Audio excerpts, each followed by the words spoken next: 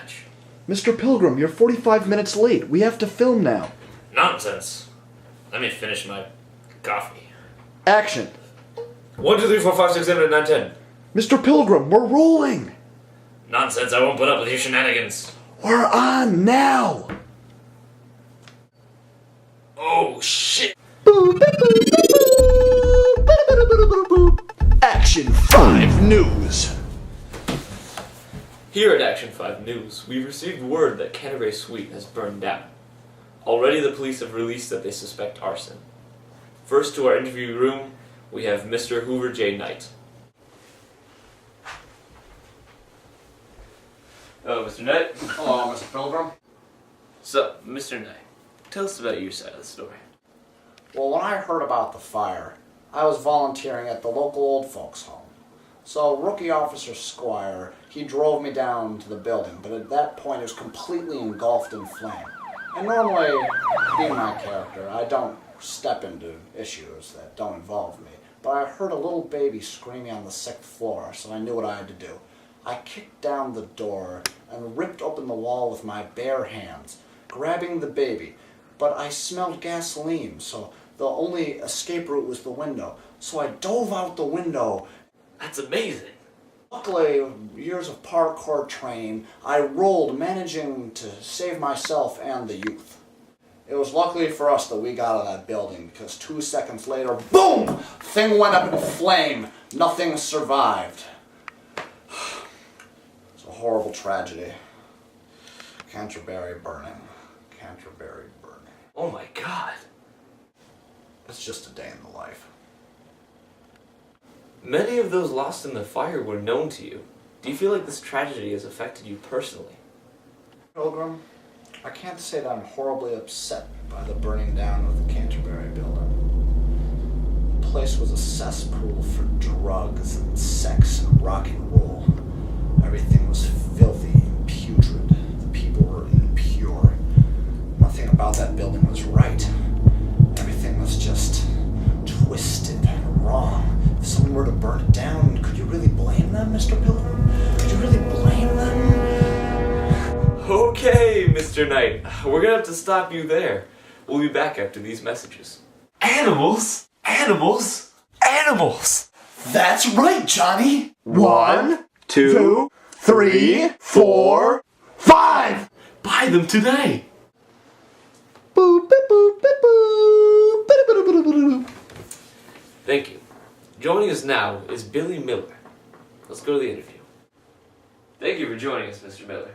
What is your opinion on the crime? Mr. Miller? Mr. Miller? Mr. Miller? Whatever it is, I didn't do it.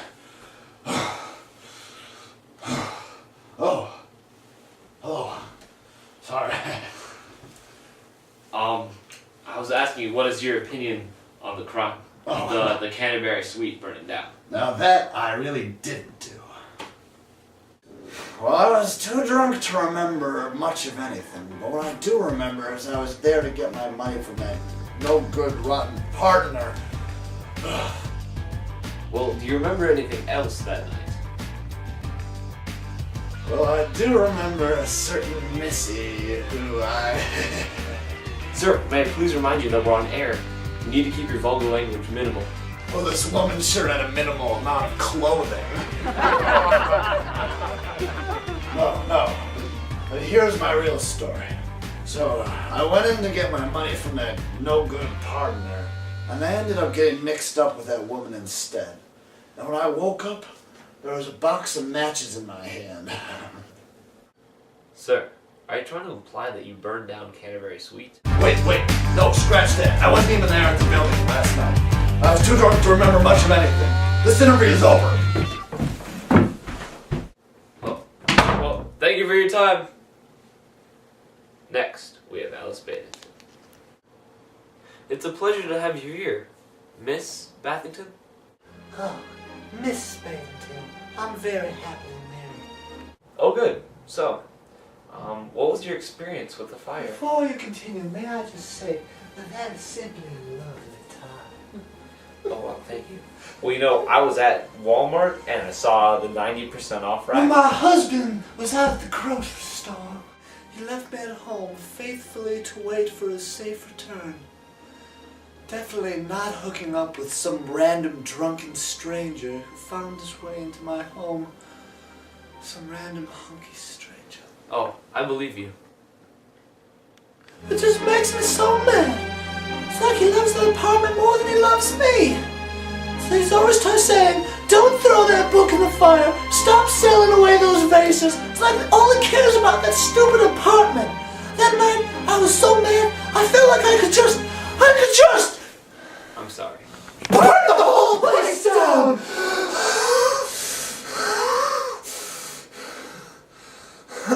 Excuse me.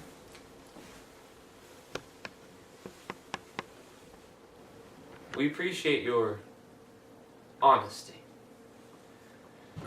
Now we have Sheriff Wolf, but he's better known by his street name, the Partner. Thank you for joining us, Mr. Wolf. Oh, just call me the partner. Okay, Partner. Here at Action 5 News, we're just trying to come to terms with the destruction of Canterbury Suite. Can you give us your views on the matter? If you're trying to imply that I had anything to do with this, you, my friend, are mistaken. Just because I made a fortune off the insurance. I had a lot of close friends in that building, and I would never do anything to harm them. Well, it's nice to hear some tender words at this time of crisis. I try. Did you know anybody in the building? I've had close dealings with all of them. I like to give loans just out of the goodness of my heart. I just want everyone to be happy. Mr. Wolf, are you suggesting that you're a loan shark? I'm not sure I like the implications of that word. You know, I'm really quite frugal. I barely keep anything to myself. Well, I can see you're truly a stand-up gentleman. Thank you for joining us tonight. That's all for our top story today. And as you can see, these fires truly victimize many innocent people. Mr. Wolf, or the Partner, is collecting donations to help those in need. See you next time. This is Action 5 News.